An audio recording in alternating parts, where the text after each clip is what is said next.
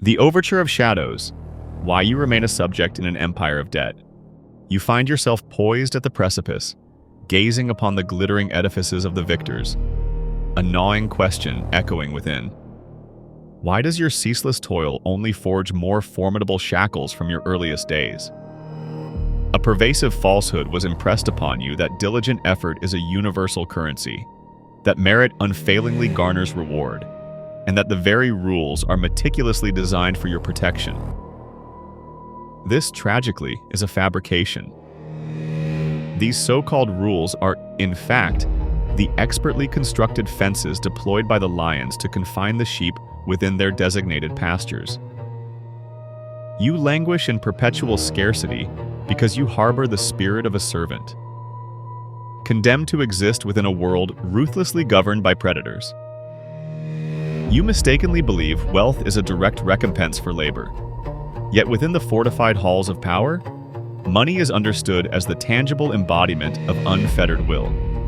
Niccolo Machiavelli, in his astute observations, revealed that men are so simple and so much inclined to obey immediate needs that a deceiver will never lack victims for his deceptions. You, inadvertently, have become a casualty of the ultimate strategic misdirection, the insidious fairness fallacy.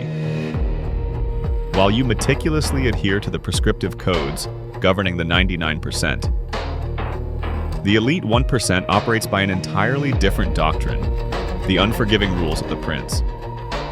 They do not merely earn vast fortunes, they meticulously engineer them through the dispassionate application of superior strategy, the sophisticated weaponization of human psychology, and the relentless exploitation of inherent systemic inefficiencies. This is not intended as an uplifting exhortation. Rather, it is a stark, pragmatic manual for your radical transformation from the perpetually hunted to the formidable hunter. Open your eyes now, for the innocent light of your past is fading, and only those who unflinchingly embrace the strategic darkness will navigate the coming dawn and survive. Law I. The sovereignty of silence, weaponizing the void. In the rarefied court of power, the individual who vociferously dominates the discourse is invariably the one with the least to lose and the most to desperately conceal. To truly master the flow of capital, you must first master the art of the vacuum. Most individuals scatter words like cheap, ephemeral confetti, flinging them at every conceivable opportunity to secure validation, to be acknowledged, or to placate their own deep-seated insecurities. Yet, the Machiavellian understands an immutable truth. Words are akin to blood, once spilled. They can never be meticulously regathered. Silence is far more than a mere absence of auditory input. It is an active, profound, and utterly crushing pressure. When you choose stillness, you instantly become a reflective surface. Humans possess an intrinsic, primal aversion to a vacuum, a phenomenon recognized in psychology as horror vacua. During a high-stakes negotiation or a tense boardroom confrontation, when you steadfastly refuse to fill the ambient air, the other party's primal lizard brain inevitably seizes control. They will begin to babble uncontrollably. They will proffer concessions you never even articulated. They will expose their ultimate bottom line, driven solely by the desperate need to shatter the agonizing weight of your unflappable stillness. Consider the imposing titan of finance positioned across from a desperate, fervent founder. The founder speaks effusively of disruption and passion, inundating the room with a torrent of fervent rhetoric. The titan, conversely, utters nothing. He merely observes, his gaze unwavering. Within a mere 3 minutes of this profound silence, the founder, unnerved and compelled, has already unilaterally reduced his company's valuation by a substantial 20%. This illustrates the unassailable law of information asymmetry. The one who articulates less discerns infinitely more. The one who reserves their words until last invariably dictates the ultimate outcome. Furthermore, cultivated silence bestows upon you the formidable aura of the invisible man. Machiavelli sagely advised that a true prince should be a master pretender and an adept dissembler. If your adversaries cannot hear your thoughts, they are utterly incapable of mapping your true intentions. In the intricate tapestry of the modern marketplace, this translates directly to the practice of stealth wealth and strategic ambiguity. While the impecunious individual prematurely broadcasts every minor triumph on social media, thereby alerting creditors, competitors, and envious friends to their precise position, the true predator moves with ghost-like stealth within the deepest shadows. Your bank account should expand dramatically, but your digital footprint should remain imperceptibly light. By the time your rivals even comprehend that you pose a legitimate threat, you will have already strategically occupied the unassailable high ground. You must meticulously cultivate a poker face of the soul. Whether you accrue 10 million or suffer the loss of 10,000, your external demeanor, your observable frequency, must remain a perfectly flat, utterly unreadable line. This rigorous discipline starves your adversaries of crucial data. If they are incapable of predicting your reaction, they are powerless to manipulate your behavior. You cease to be a mere cog within their intricate machine. You transform into the silent ghost in the wires, artfully pulling the crucial levers while they fruitlessly shadowbox with a phantom. Law 2. The mask of the ghost, mastering strategic unreadability. To be observed is to invite judgment. To be judged is to be summarily categorized. And to be categorized is ultimately to be controlled. The vast majority of people navigate their lives as perpetually open books, their countenances serving as frantic, transparent maps of their tempestuous internal weather. When fear grips them, their pupils subtly dilate. When avarice takes hold, their posture instinctively leans forward. When insulted, their jaws visibly clench. To the exquisitely trained perception of the elite, the average individual is a transparent, predictable machine, a marionette whose strings are patently labeled ego, fear, and desire. If your ambition is to transcend the role of the puppet and ascend to the position of puppeteer, you must don the impenetrable mask of the ghost. Machiavelli acutely observed that it is unnecessary for a prince to have all the good qualities, but it is very necessary to appear to have them. In the grand theater of modern finance, this principle is elevated to an even more profound level. It becomes absolutely essential to appear utterly devoid of any discernible qualities whatsoever, until the precise, calculated moment you choose to strike. This is the sophisticated science of the low signal-to-noise ratio. By consistently maintaining a baseline of professional, detached neutrality, you systematically deny your adversaries the vital emotional data they require to construct a comprehensive psychological profile of you. In the cutthroat arena of high-stakes investment, this strategic posture is famously known as the black box. If the market remains blind to your fear during a cataclysmic crash, it cannot effectively bait you into prematurely selling your assets. If your competitors are unable to perceive your excitement during a pivotal merger, they cannot strategically inflate the acquisition price. Consider the archetypal alpha state of the apex predator. A majestic lion does not preface its decisive pounce with a warning growl. It simply exists in a state of lethal, coiled readiness. You, too, must meticulously cultivate a presence that is simultaneously heavy and hollow. You occupy physical and psychological space with an undeniable gravity. Yet you offer no discernible handles for others to grasp, no superficial hooks for them to exploit. When subjected to an insult, you do not instinctively defend, you calmly observe. When showered with praise, you do not preen with self-satisfaction. You meticulously analyze the hidden motive behind the flattery. This deliberate conduct generates a profoundly unsettling psychological phenomenon for your opponents, often described as the uncanny valley. Because they are utterly unable to discern your predictable human weaknesses, they inevitably begin to project their own deepest fears and insecurities onto your inscrutable persona. They become profoundly hesitant. They overthink every minute detail. They treat you with an almost cautious reverence that the perpetually broke individual can never hope to command. Furthermore, mastering the art of unreadability empowers you to strategically weaponize selective disclosure. Because you typically exist as an enigmatic ghost, when you do choose to manifest an emotion, even a carefully fabricated one, it carries the profound, undeniable weight of a mountain. If a perpetually angry man shouts, it is merely dismissible noise. If a man who is consistently calm merely raises an eyebrow, it portends an impending catastrophe. You are not simply hiding, you are actively, deliberately curating their perception of reality. You are the consummate strategist who inherently understands that the human face serves as a prominent billboard for the mind. And you have chosen to leave that billboard conspicuously blank until you possess a compelling offering to sell.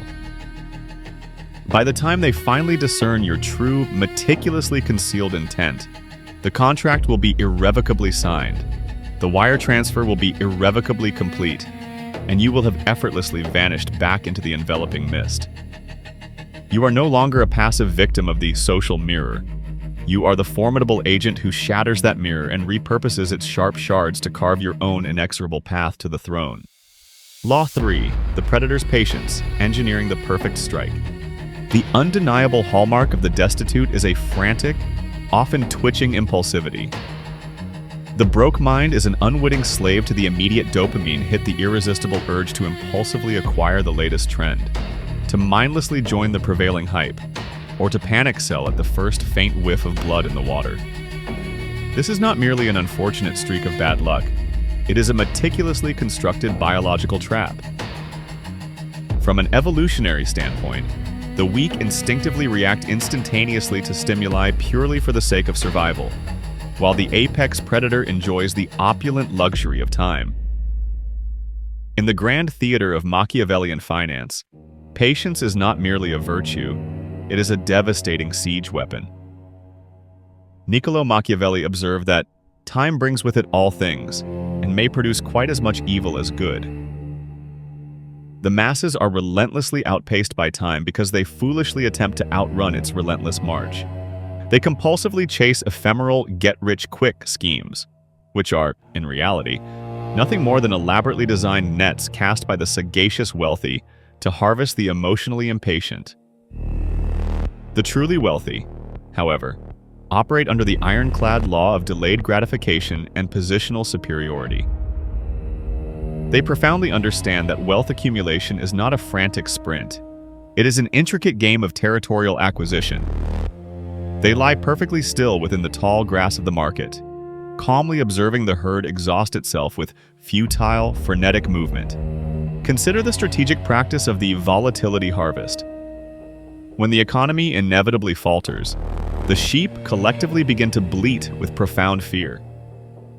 They impulsively liquidate their hard-earned assets, their cherished homes, and even their projected future for a mere pittance, simply because they lack the stoicism to endure the unsettling silence of a prolonged bear market. The Machiavellian, however, patiently waits for this precise, opportune moment of maximum, widespread fear. To the outside world, he might appear stagnant or even left behind. In reality, he is quietly, meticulously accumulating immense reserves of dry powder. When the herd is utterly exhausted and asset prices have decisively bottomed out, he strikes with a singular, devastating precision. He does not merely acquire a small portion, he strategically swallows the entire market. This profound imbalance is precisely why the rich expand their wealth exponentially during pervasive crises. They have expertly weaponized the inherent impatience of the poor. True. Unwavering patience demands a brutal, almost monastic discipline. You must learn to ruthlessly starve your immediate impulses.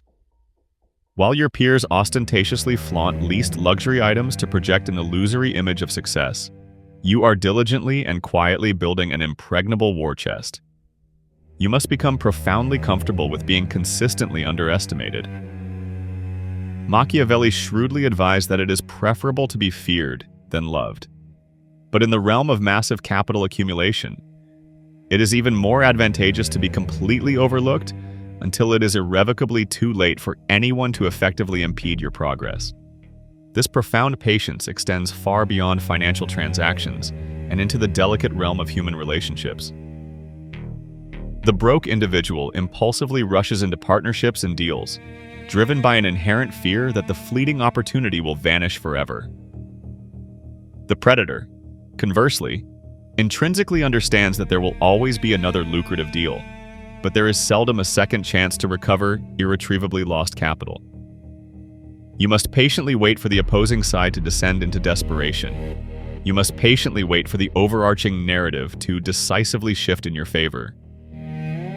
By the time you strategically move your pieces on the chessboard, the predetermined outcome should be so overwhelmingly lopsided that it can barely be dignified with the term contest.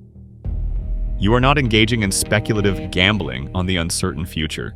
You are patiently waiting for the future to become an inevitable, foregone conclusion. This is the fundamental divergence between a laborer who merely sweats for a wage and a sovereign who strategically waits to inherit an empire. Law 4. The law of leverage, converting labor into power. Within the cold, unyielding architecture of the financial universe, individual, unleveraged effort is inherently a depreciating currency. If you choose to rely solely on your own two hands and the finite hours allotted to your day, you are engaged in a conflict that you are mathematically predestined to lose. You remain perpetually broke because you uncritically worship hard work as an almost religious virtue, while the sagacious wealthy treat it as a primitive, foundational tool. The Machiavellian grasps a fundamental truth that the servant persistently ignores. True wealth is not the mere byproduct of labor. Wealth is the direct consequence of strategic leverage. As Machiavelli once observed, a prince should never lack legitimate means to justify his will. In the modern era, those sophisticated means are the intricate systems that multiply one individual's singular intent into the collective actions of 1,000 individuals. Leverage is the refined art of systematically cloning your will, not through your own effort, but through the concentrated sweat of others, the exquisite precision of advanced algorithms, or the exponential velocity of deployed capital. Observe the inherent structure of any thriving empire. Countless individuals sacrifice their youthful vigor, their keen intellect, and their nervous systems for a predetermined, fixed wage, a mere fragment of the colossal value they collectively generate. That enormous, often silent surplus inexorably flows upward, accumulating disproportionately in the hands of the individual who strategically owns and controls the underlying system. That individual does not necessarily work harder than you.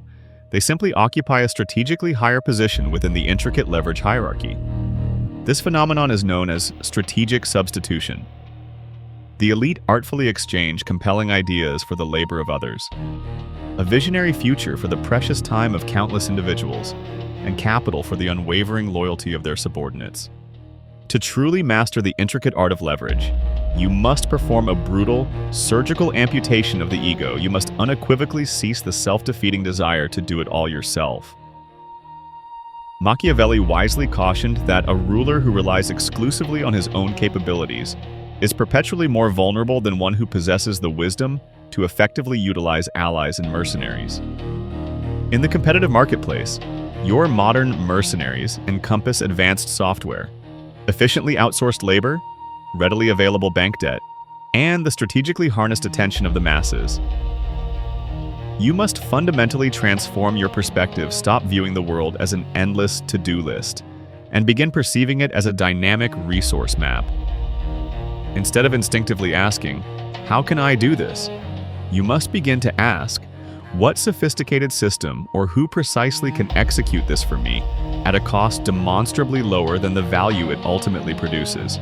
The profound science of leverage fundamentally resides in asymmetry. A skilled coder meticulously writes a complex script once, and it serves millions of users while he peacefully sleeps. A shrewd investor utilizes other people's money, OPM, to acquire a towering skyscraper. A visionary leader cultivates a compelling culture where the team's collective ambition invariably feeds his singular, overarching goal. These are potent levers that never sleep, never demand raises, and are never constrained by finite biological limits. The individual who remains perpetually broke is the one perpetually trading in a restrictive 1:1 ratio 1 hour of effort for one single unit of currency. The predator, conversely, systematically trades in an expansive ratio of 1 infinity. You must cease being a mere tooth on the grand gear of industry and begin to embody the entity who strategically pours the lubricating oil. Remember this critical truth. True power is not defined by how much you can personally produce, but by how much you can strategically direct. Law V. The law of narrative and illusion, shaping reality for profit. Truth is a precarious luxury reserved for the utterly powerless, for the discerning prince. Reality itself is a pliable clay, waiting to be meticulously molded. The majority of men remain perpetually broke because they erroneously believe the world rewards quality or honesty. They are gravely mistaken. The world, in its stark reality, rewards compelling perception. Niccolo Machiavelli grasped this fundamental flaw in human cognition when he penned, "Everyone sees what you appear to be. Few experience what you really are." In the Colosseum of global wealth, capital does not invariably gravitate toward the objectively superior product. It inexorably follows the most compelling, artfully crafted story. This is the unassailable sovereignty of illusion. If your aspiration is to command vast, far-reaching resources, you must cease being a mere technician of unvarnished facts and transcend into an architect of profound belief. The masses are biologically predisposed and deeply wired to instinctively seek meaning, rather than cold, hard logic. They do not acquire an expensive timepiece merely to ascertain the time. They purchase an intricate narrative of elevated status and enduring legacy. They do not invest in a stock solely based on a meticulously compiled spreadsheet. They invest because of an intoxicating vision of the future expertly sold by a charismatic, compelling founder. This is precisely where the wealthy extract their most substantial margins. By artfully wrapping a common commodity in an irresistible mantle of exclusivity, a compelling mission, or a deeply ingrained identity, they generate immense value seemingly from thin air. This is the essence of psychological arbitrage, the significant chasm between the inherent cost of production and the premium price people are enthusiastically willing to pay for a meticulously crafted illusion. Consider the intricate mechanics of a cult brand. A discerning predator in the marketplace does not merely sell a list of features, he strategically sells an entire gospel. He profoundly understands that if you can successfully convince the herd that your product is an inseparable component of their very identity, they will not only willingly pay a substantial premium, they will fiercely defend you, often with their very lives. Machiavelli astutely advised that a ruler should perpetually maintain the mask of religion, or a facade of high morality, utterly irrespective of his private actions. In the modern context, this manifests as corporate social responsibility, or the meticulously curated personal branding of an individual. The elite skillfully craft an elaborate narrative of benevolence and groundbreaking innovation, all while their sophisticated systems ruthlessly harvest the invaluable data and substantial wealth of the unsuspecting. To effectively apply this profound principle, you must master the delicate art of selective presentation. Never, under any circumstances, reveal the mundane, arduous struggle that underpins your success. Reveal only the inevitable, triumphant outcome. Never painstakingly explain the intricate complexities. Instead, skillfully sell the intoxicating feeling of unbridled power. You must strategically weaponize the halo effect, meticulously ensuring that your polished appearance, your carefully constructed digital presence, and your strategic public associations all subtly whisper a single coherent story. Infallibility. When you exert control over the prevailing narrative, you inherently control the ultimate direction of capital. People will willingly surrender their money to you, not because you are objectively right, but because you are the sole entity capable of giving their deepest desires a tangible, alluring shape. If you steadfastly refuse to utilize the power of illusion, you are condemning yourself to compete in the treacherous mud alongside the common laborers. If you master this art, you will effortlessly ascend to the ethereal sky alongside the gods of industry. Law 6. The law of exploitation and withholding, the strategic extraction. The very term exploitation causes the weak to recoil in moral indignation, but to the unyielding Machiavellian, it is merely a pragmatic synonym for absolute efficiency. Most individuals remain perpetually broke because they are fundamentally hampered by an overly sentimental view of the world. They passively wait for opportunities to be benevolently granted, for systems to operate with inherent fairness, and for people to exhibit unwavering honesty. The astute predator intrinsically knows that substantial wealth is never benevolently given. It is systematically extracted from the latent gaps, the inherent inefficiencies, and the pervasive psychological frailties of the herd. Machiavelli famously noted that it is much safer to be feared than loved, and in the unforgiving economy of power, it is demonstrably more profitable to strategically exploit a fundamental necessity than to meekly beg for a fleeting favor. Strategic extraction is the sophisticated ability to precisely identify unused value and deftly divert it into your own meticulously managed reservoir. Consider the intricate mechanics of a market crash. The masses are invariably governed by the amygdala hijack, a primal, biological flood of overwhelming fear that compels them to impulsively sell their assets at a mere fraction of their intrinsic worth. The predator does not perceive a widespread tragedy. He perceives an unprecedented fire sale fueled by human panic. He ruthlessly exploits the profound emotional instability of the many to secure the generational wealth of the discerning few. This is not an act of wanton cruelty. It is the fundamental law of emotional arbitrage. If you lack the necessary coldness to profit from the predictable mistakes of others, you will inevitably become the unwitting victim whose mistakes others eagerly profit from. There is no ambiguous middle ground in the ruthless empire of capital. Parallel to the strategy of exploitation is the profound power of withholding. The average individual is often an oversharer. He prematurely reveals his meticulous plans, his deepest fears, and his crucial price points far too early. Often driven by a naive hope of building superficial rapport. By doing so, he irrevocably surrenders his leverage. The predator, however, intrinsically understands that true value is meticulously created by scarcity, and enduring power is meticulously maintained by an air of impenetrable mystery. You must master the delicate art of partial disclosure.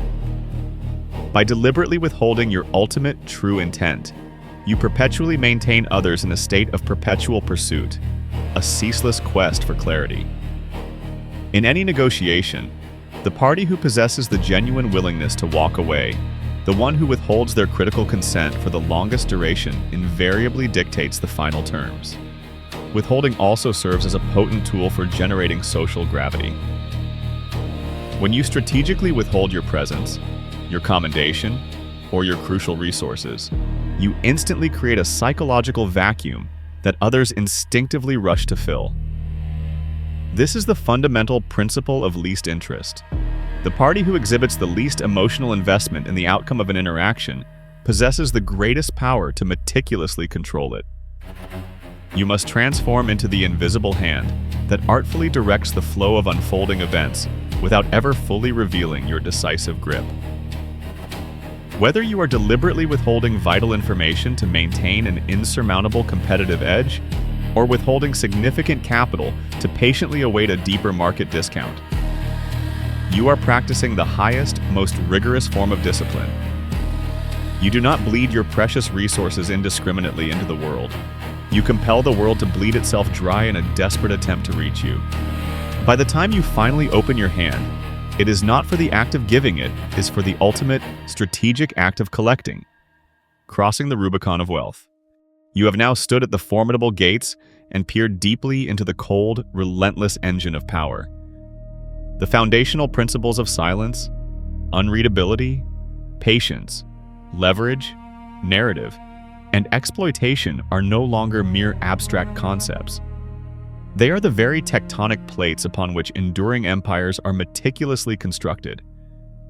Yet, merely comprehending the intricate map is fundamentally different from decisively claiming the vast, uncharted territory. To genuinely cease being perpetually broke and to commence the journey toward becoming utterly untouchable, you must undergo a final, irreversible metamorphosis of identity. You must bravely cross the Rubicon, a point of no return where the comforting illusions of fairness and comfort are mercilessly incinerated, leaving behind only the hardened, unyielding steel of a master strategist. Machiavelli, in his profound masterpiece, concluded with an impassioned call to liberate Italy. I conclude this comprehensive manual with an urgent call to liberate your very bloodline. Most individuals will complete this text and experience a momentary, fleeting spark of ambition, only to be inexorably dragged back into the formidable gravitational pull of their ingrained old habits. They will predictably revert to their customary emotional reactions, their wasteful, effusive talk, and their slave-like trading of irreplaceable time for mere paper currency. They are, tragically, the permanent subjects of recorded history. But you, crucially, are different. By the very act of absorbing this forbidden, esoteric knowledge, you have already committed a profound form of treason against the prevailing status quo. You can no longer perceive a paycheck, a negotiation, or a celebrated brand without inherently discerning the subtle, manipulative strings of the unseen puppeteer. The formidable path of the prince is often solitary, yet it is undeniably sovereign. From this pivotal moment forward, you do not merely work for money. You meticulously position yourself for its inevitable, abundant arrival. You do not merely compete within the existing markets. You strategically engineer them to your advantage. You irrevocably cease being a passive reactor to the dictates of reality and commence embodying the architect who fundamentally dictates what reality is. The predator's mind is not intrinsically about cruelty.